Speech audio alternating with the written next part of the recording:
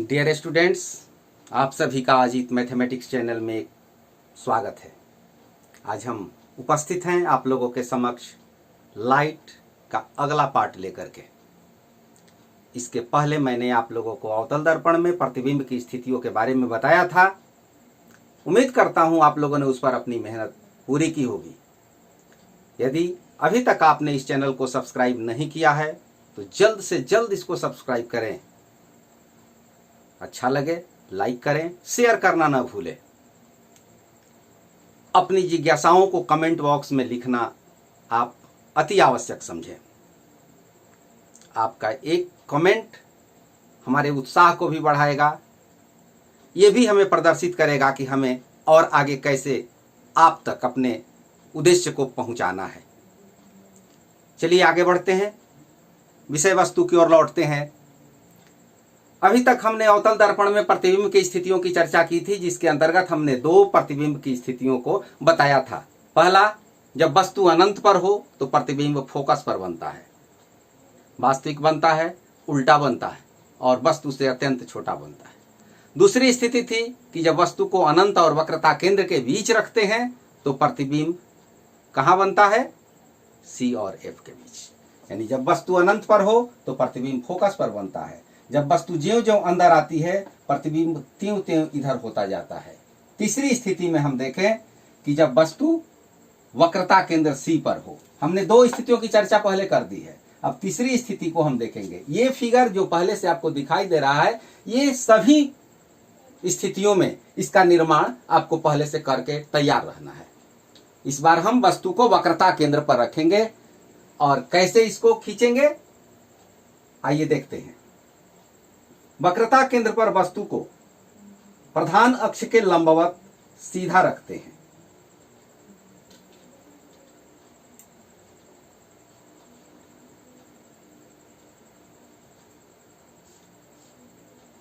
इसके बाद जैसा कि पहले की स्थितियों में आपने देखा, प्रधान अक्ष के समानांतर एक किरण जाती है दर्पण के परावर्तक सतह तक, बिल्कुल सीधी और समानांतर लाइन आप खींचिए। ये दर्पण के Q बिंदु पर टकराती है। टकराने के बाद कहां से रिटर्न होगी आपको पता होना चाहिए, फोकस से लौटेगी। यदि आपने अभी तक इसके पहले के क्लास को नहीं देखा है तो प्लेलिस्ट में जाकर के और पहले के क्लास को देख लीजिए, क्योंकि ये जो अध्ययन है यह एक चेन है, एक श्रृंखला है, एक के बाद एक कड़ी आगे आती जाएगी। तो यदि आपने पीछे का नहीं देखा है तो प्लेलिस्ट में जाकर के आप देख लीजिए। क्यू से रिटर्न होगी और ऐसे ये एफ से होती हुई आगे की ओर ये किरण जाएगी।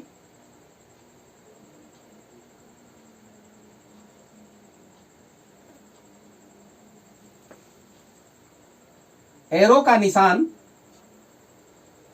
अनिवार्य है दिखाना, क्योंकि कहां से कैसे किरण रिफ्लेक्ट होकर के आ रही है ये समझना जरूरी है। यदि चित्र बना दिया जाए और तीर का निशान नहीं दिखाया जाए तो सही नहीं होगा। अब यहां पर दो स्थितियां होती हैं। एक तो मैंने पिछले में बताया था कि यहां से और वक्रता केंद्र को यदि मिलाया जाए तो लाइन सीधे जाकर के दर्पण से टकराएगी और टकराने के बाद उसी पर वापस लौट जाएगी। क्योंकि यहां पर तो दर्पण है नहीं, आप वैसे भी खींच सकते हैं, सीधा यहां पर आ सकता है, ये आ सकता है। दूसरा, यहां से लेकर के हम एफ तक जाएंगे, एफ से होती हुई लाइन खींचेंगे, ये लाइन एफ से, और ये लाइन जाकर के दर्पण से परावर्तित होगी। तो जो लाइन, जो किरण फोकस से गुजरती है वो दर्पण से परावर्तित होने के बाद प्रिंसिपल एक्सिस के पैरेलल हो जाती है, प्रधान अक्ष के समानांतर हो जाती है। तो ये लाइन यहां प्रधान अक्ष के समानांतर,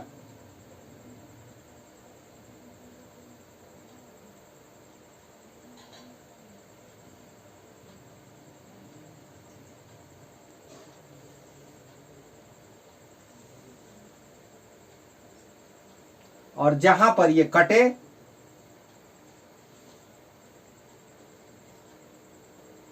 वहीं पर इमेज बनता है। अब देखिए ये लाइन ऐसे जा करके यहां पर एक पॉइंट पर ये टकराती है। इस पॉइंट को कुछ मान लिया जाए पॉइंट टी है, और यहां से ये रिफ्लेक्ट होगी। जो किरण फोकस से होकर के जाएगी दर्पण के परावर्तक सतह पर टकराने के बाद, जब वो रिफ्लेक्ट होगी तो वो प्रिंसिपल एक्सिस के पैरेलल हो जाएगी, यानी प्रधान अक्ष के समानांतर चलेगी और ये आकर के यहां पर मिल जाती है। तो यहां पर भी एक पॉइंट दे देते हैं, जैसे बी लिख दिया। अब ये बिंब है यानी वस्तु है, object. C A is object and C B is image. आप देखिए वस्तु को कहां रखा गया है, प्रतिबिंब कहां बना है, ये देख करके लिखने की बात है। आप अपना दिमाग दौड़ाइए, अपना दिमाग लगाइए और यहां पर लिख दीजिए। क्या होगा जब वस्तु वक्रता केंद्र पर हो, वक्रता केंद्र यानी सी पर हो, तो प्रतिबिंब वक्रता केंद्र पर ही बनता है। दर्पण के सामने है तो जब भी दर्पण के सामने बनेगा वास्तविक बनेगा। यह भी बताया था कि वास्तविक बनेगा तो उसके साथ उल्टा बनेगा। अब साइज जितना यहां है उतना यहां है, अर्थात जब वस्तु वक्रता केंद्र सी पर हो तब प्रतिबिंब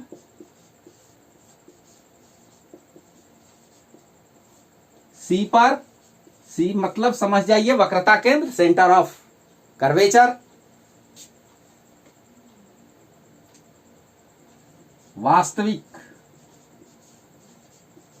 वास्तविक और उल्टा, वास्तविक और उल्टा का संबंध अंग्रेजी में Q और U के जैसा होता है। Q के बाद जैसे U आता है किसी भी लेटर में, उसी तरह वास्तविक के साथ उल्टा आता है और काल्पनिक के साथ सीधा आता है। वस्तु के बराबर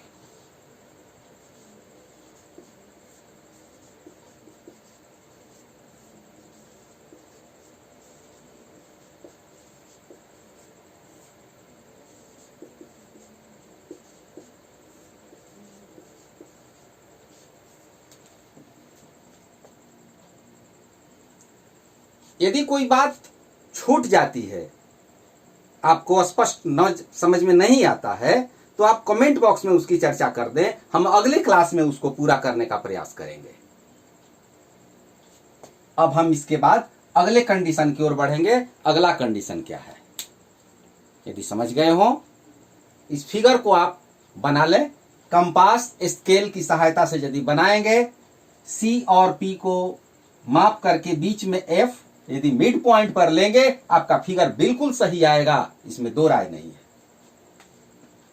यदि एक नंबर का प्रश्न आता है, ये इतना आपको याद रखना होगा। 2 नंबर का आएगा, रेखा चित्र बनाना होगा, किरण आरेख खींचना होगा। मैं पूरा होने के बाद ये भी बताऊंगा आपको शॉर्ट में ट्रिकली आप इसको कैसे याद रखेंगे। ठीक है, आगे बढ़ते हैं।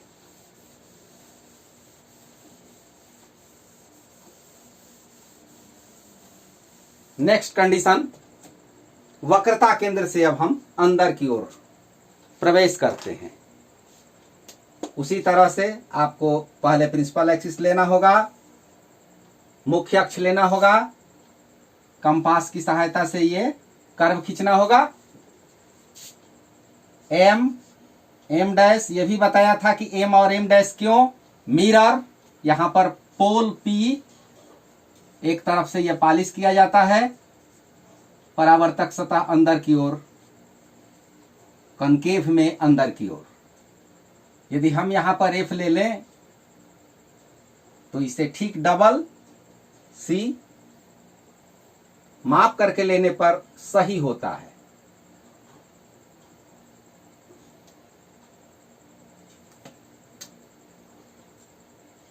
इस लाइन को थोड़ा और हम बढ़ा लेते हैं, वैसे आवश्यक नहीं है लेकिन जगह है इसलिए बढ़ा लिया।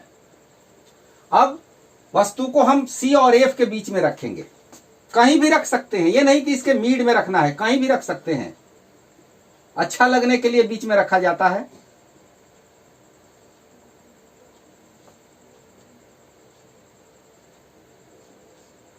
एग्जाम में फिगर ऐसा बनाना चाहिए ताकि देखने में सुंदर लगे, लिखावट में सजावट होनी चाहिए।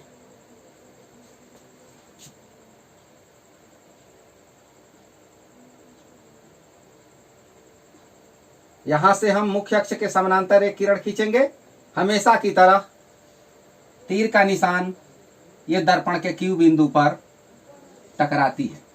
टकराने के बाद F से रिटर्न होगी,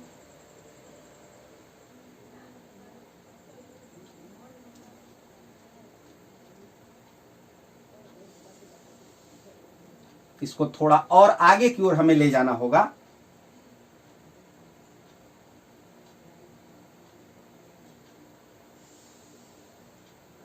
ऐसे एरो मार्क्स। अब एक कंडीशन बताया था कि यहां से हम वक्रता केंद्र को मिला करके खींच देंगे। दूसरा तरीका, यहां से F को मिलाएंगे, यहां पर टकराने के बाद पैरेलल खींच देंगे। दोनों तरीका होता है और दोनों में से कोई आपको जो आसान है। इसको यदि यहां से यहां ले जाते हैं तो फिर पैरेलल खींचना होगा, 2 बार मेहनत करना है। और यदि इसको मिला के खींच देते हैं तो एक ही बार में काम हो जाता है। ये आसान पड़ता है, इसी को हम अपनाते हैं।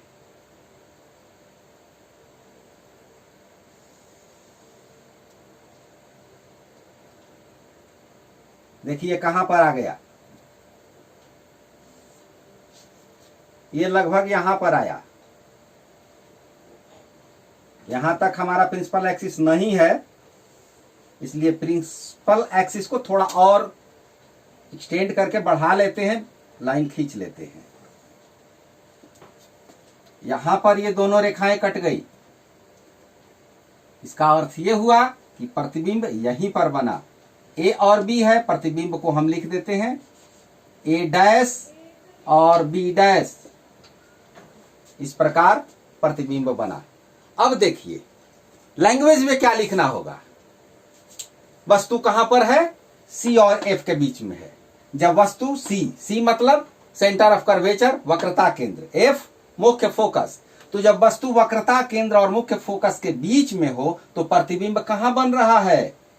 वक्रता केंद्र से दूर, लेकिन अनंत से पहले, यानी अनंत और वक्रता केंद्र के बीच में बन रहा है। दर्पण के सामने है, वास्तविक है, उल्टा है, और साइज देख करके ही बता सकते हैं कि वस्तु से बड़ा है। तो इस बात को लिख दीजिए लैंग्वेज में। जब वस्तु C और F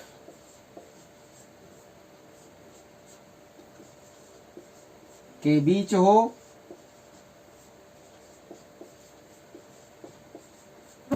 तो प्रतिबिंब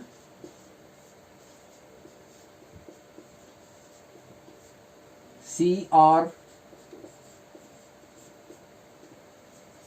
अनंत के बीच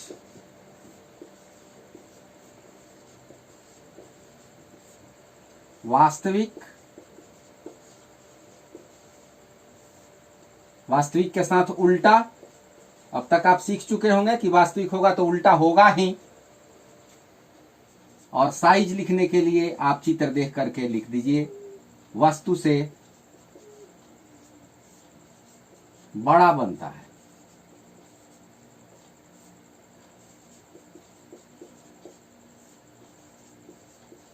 समझ गए?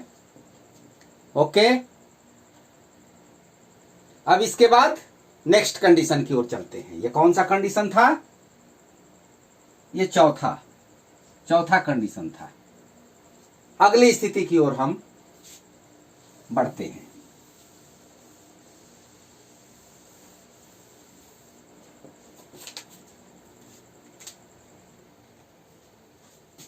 उसी तरह प्रिंसिपल एक्सिस, मिरर, ये आप कंपास से खींचिएगा, सही होगा। यहां पर मेरा थोड़ा टेढ़ा हो गया है, कंपास से आप खींचिएगा focus F, centre of curvature C। चौथा कंडीशन हो चुका है। पांचवा कंडीशन, वस्तु को हम C और F के बीच में रख चुके हैं। अब इसके बाद एक पॉइंट जंक्शन आता है F। अब की बार वस्तु को हम F पर रखेंगे। लंबवत, हमेशा लंबवत रखना है। यहां से ये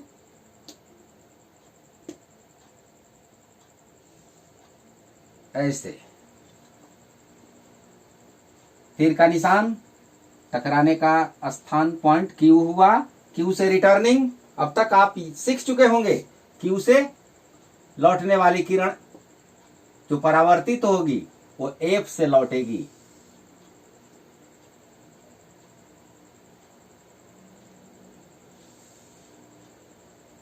तीर का निशान इसमें भी दे देंगे। और एक कंडीशन, यहां से यहां मिलाएंगे।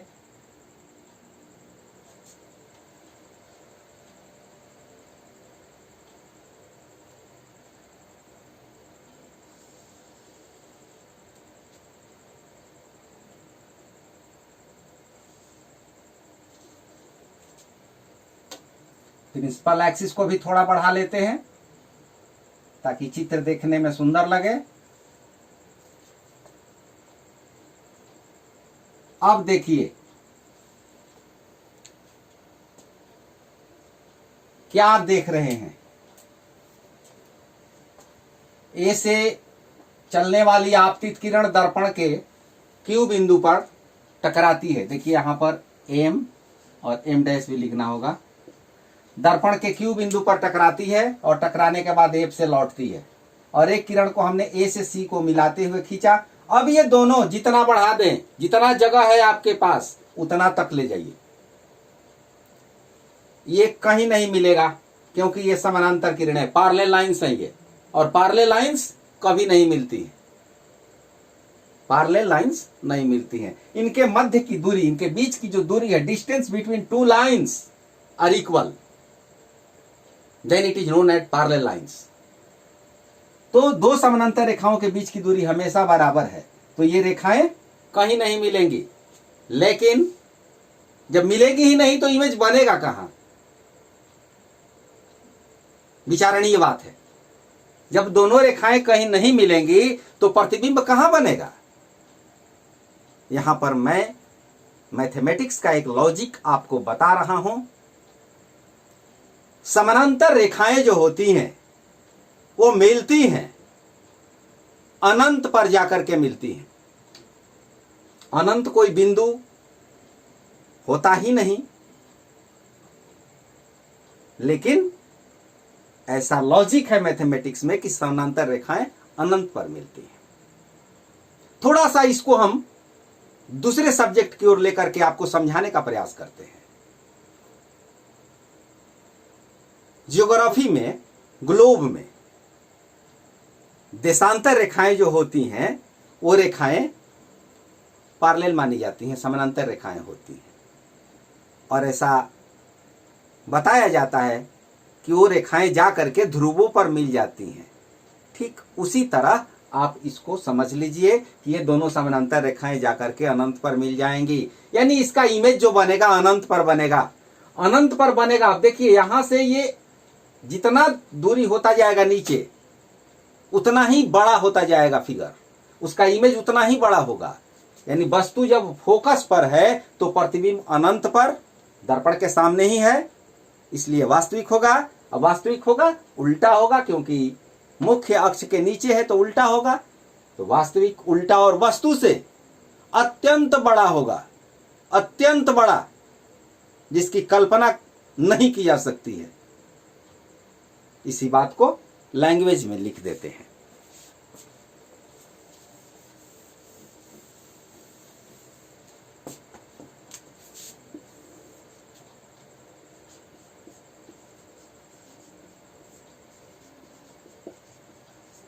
जब वस्तु F पर हो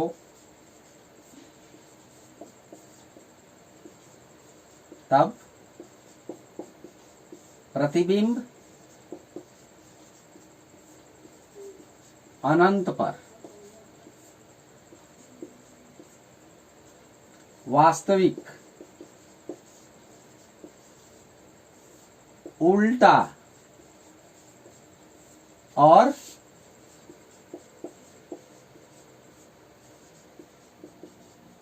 वस्तु से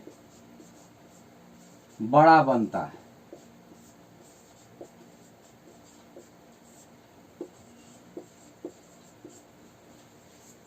समझ गए? आगे बढ़ेंगे।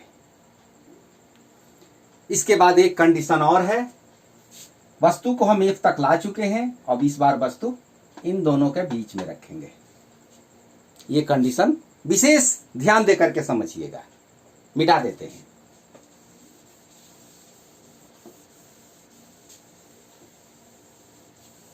मैं एक बार फिर कहता हूं, यदि आपने पीछे के क्लास को नहीं देखा है तो बैक में जा करके उस क्लास को देख ले, समझ लें। नेक्स्ट कंडीशन, जब वस्तु F और P के बीच में हो।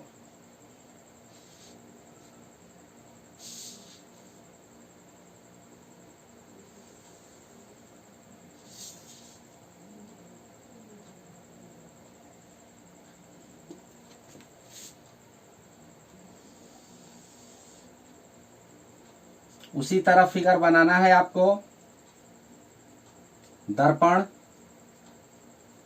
अवतल, परावर्तक सतह अंदर की ओर, M डैश, पोल F, वक्रता केंद्र C, बिंब को रखना है यहां बीच में, कहीं भी रख सकते हैं।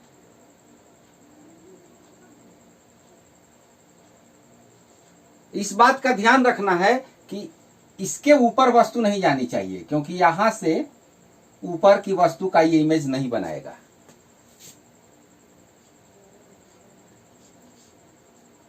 वस्तु AB, नियम वही, यहां से समानांतर और आपतित किरण दर्पण के परावर्तक सतह तक जाएगी।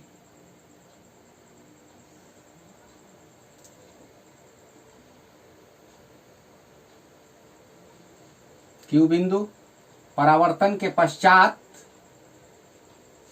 कहां से लौटेगी? फोकस से।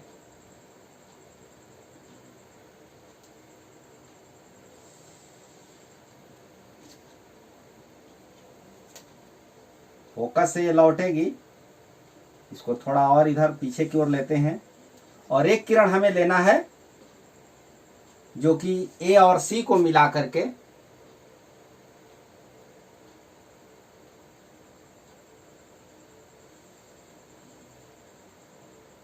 खींचना है। यदि ध्यान दें तो यहां पर का डिस्टेंस और यहां का डिस्टेंस, ये डिस्टेंस बढ़ता जा रहा है। इन दोनों रेखाओं के बीच की दूरी ज्यों-ज्यों इस साइड में जाते हैं हम, वो बढ़ती जा रही है। इसका अर्थ हुआ कि ये रेखाएं इस साइड में कहीं नहीं मिलेंगी। तब क्या करते हैं? इसको हम पीछे की ओर ले जाते हैं। इसको बैक, दर्पण के पीछे की तरफ।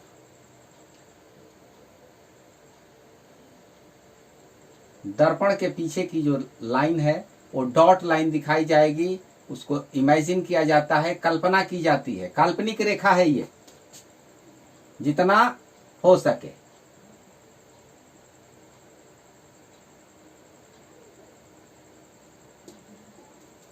और इस लाइन को भी हम बढ़ाएंगे। यहां तक तो रियल होगा और उसके बाद ये लाइन इमेजिनरी हो जाएगा, काल्पनिक हो जाएगा।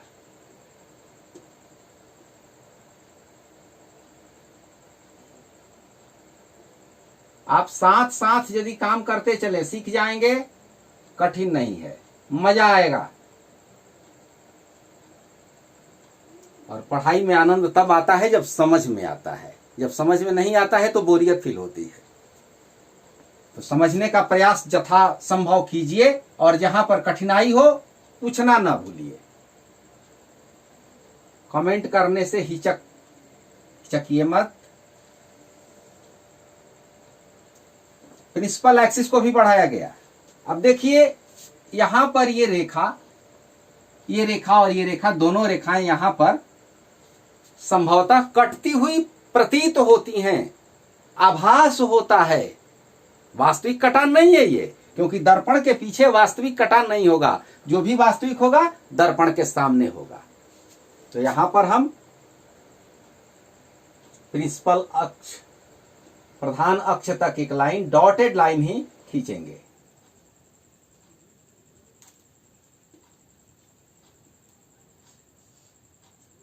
ए डैश बी डैश, एरो का निशान। अब देखिए फिगर बन गया, वस्तु को रखा गया फोकस और पोल के बीच में, मुख्य फोकस और ध्रुव के बीच में वस्तु सीधी लंबवत रखी गई है। इसका प्रतिबिंब कहां बना है? दर्पण के पीछे बना है, दर्पण के पीछे बना है, काल्पनिक बनेगा, और काल्पनिक है तो सीधा भी है, वस्तु से साइज में बड़ा है। इस बात को लिख देते हैं। छठवां कंडीशन,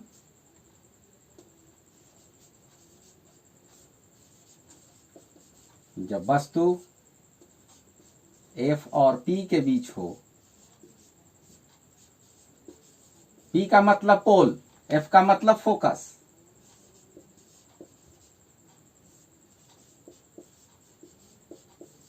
तो प्रतिबिंब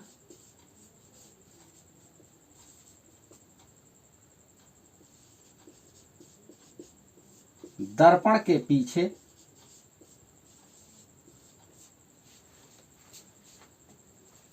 काल्पनिक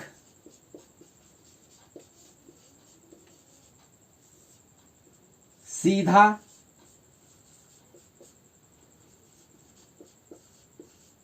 और वस्तु से बड़ा बनता है। बहुत ही इंपॉर्टेंट कंडीशन है ये। इसका उपयोग हम लोग छोटे छोटे अक्षरों को पढ़ने में, देखने में, घड़ी के कलपुर्जों को देखने में, यानी लेंस के रूप में हम करते हैं, जिसके चर्चा लेंस के चैप्टर में की जाएगी।